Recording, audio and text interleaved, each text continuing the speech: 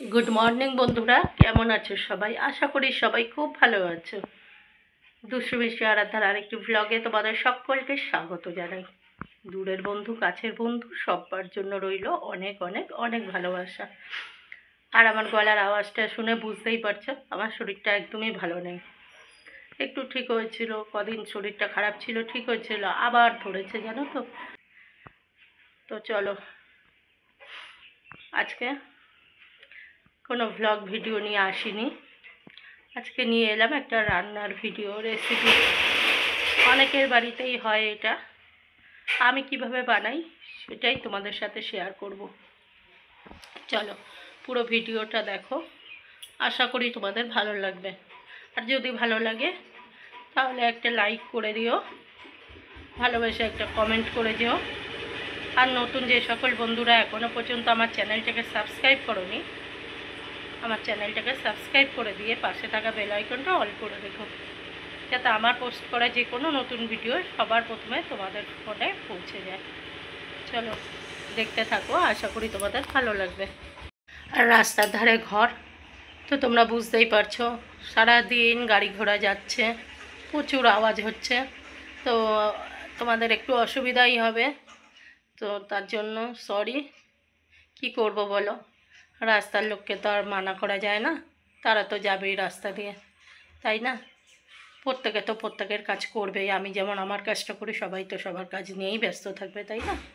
তো তার জন্য ভিডিওতে আওয়াজ আসছে, বুঝতে পারছে, একদম রাস্তার ধারেই আওয়াজটা হচ্ছে। তো ঠিক আমার ঘর থেকে একদম মানে জানলাটার অপোজিটেই হচ্ছে, তো তার জন্য একটু বেশি আওয়াজ আসছে। তো তার জন্য তোমাদের কাছে সরি।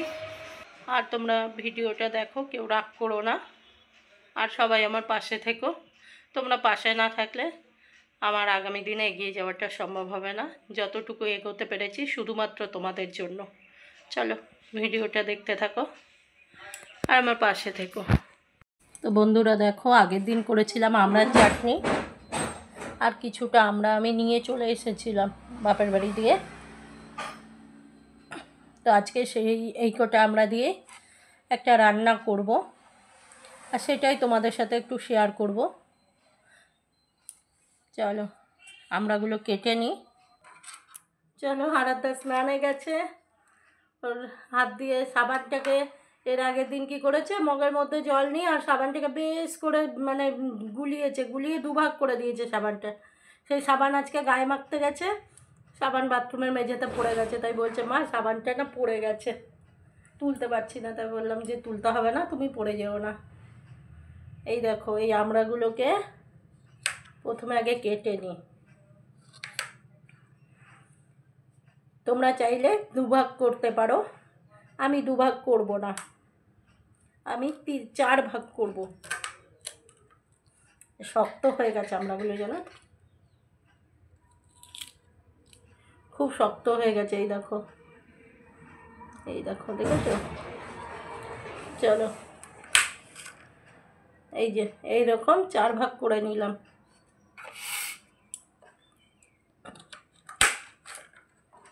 এই দেখো, সব আমরা কটা কেটে নিই।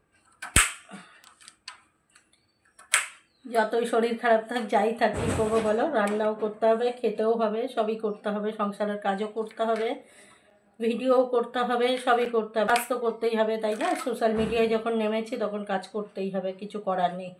একটা অন্য কোনো জায়গাতেও যদি কাজ করতাম, সেখানেও শরীর খারাপ আছে কি আছে কেউ দেখবে না, কাজে যেতেই হবে, নয়তো স্যালারি পাবে না। প্রত্যেকটা আমরা দেখো 2খানা মুখ কেটে নিচ্ছি, কিন্তু নিয়ে তারপরে 4 ফালি করছে। আর আগের দিন চাটনি বানানোর সময় আমড়াটাকে একটু সিদ্ধ করে জল ফেলে নিয়েছিলাম, আজকে আর ফেলবো না, আজকে এইভাবেই করব। এই দেখো, সব কেটে নিয়েছি, তোমরা চাইলে 2 ফালিও করতে পারো, আমি 4 ফালি করলাম। এবার ভালো করে ধুয়ে নিয়ে জলে সেদ্ধ করব না।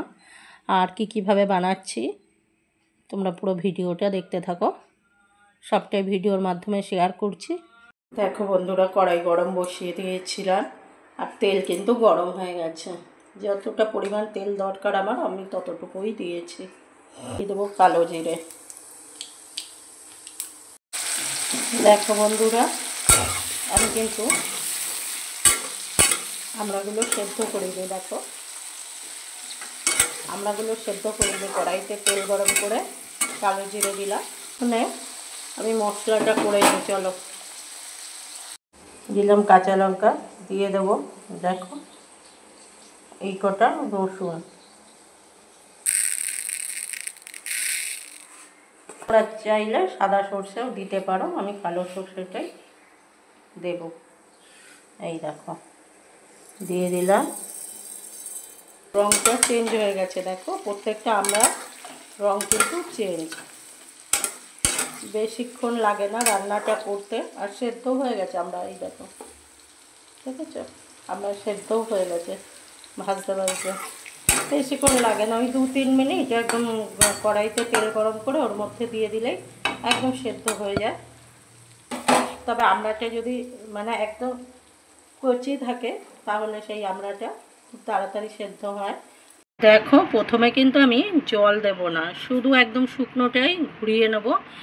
কারণ একটাই, এই যে সর্ষেটা না, যদি মিক্সিতে প্রথমেই জল দিয়ে ঘোরাও তাহলে দেখবে পেস্ট হতে অনেকটা সময় লাগে, অনেকটা সময় লেগে যায় পেস্ট করতে। কিন্তু যদি প্রথমে এরকম একটু ঘুরিয়ে নেওয়া হয়, শুধু সর্ষে বলে না, পোস্তর ক্ষেত্রেও যদি প্রথমে জল না দিয়ে একটু ঘুরিয়ে নেওয়া হয় তাহলে কিন্তু খুব ভালো একদম মিহি পেস্ট হয়।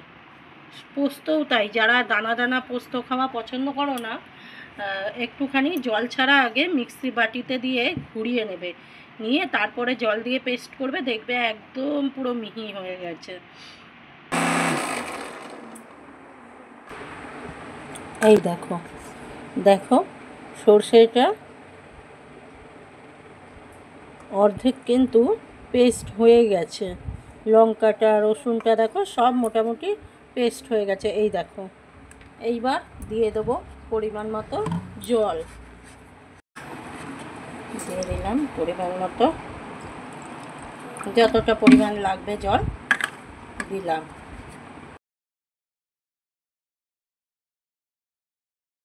দেখো একদম মিহি করে পেস্ট করে নিলাম। আর এইদিকে দেখো বন্ধুরা, আমড়াটা কিন্তু পুরো ভাজা ভাজা হয়ে গেছে, দেখেছো? তোমরা চাইলে এতটা নাও ভাজতে পারো, একটু কমও ভাজতে পারো, আমি একটু বেশি করেই ভেজে নিলাম।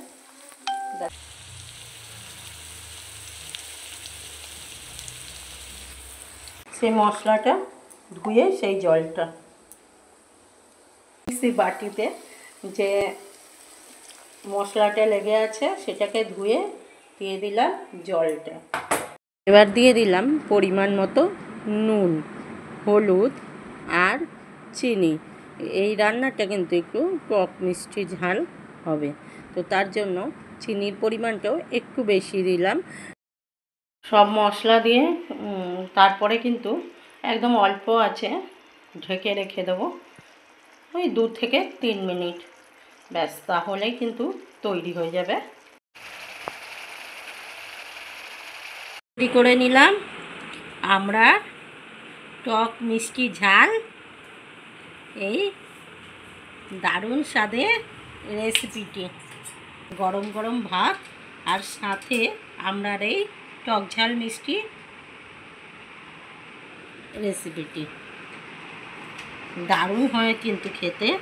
অবশ্যই তোমরা বাড়িতে একবার ট্রাই করে দেখো।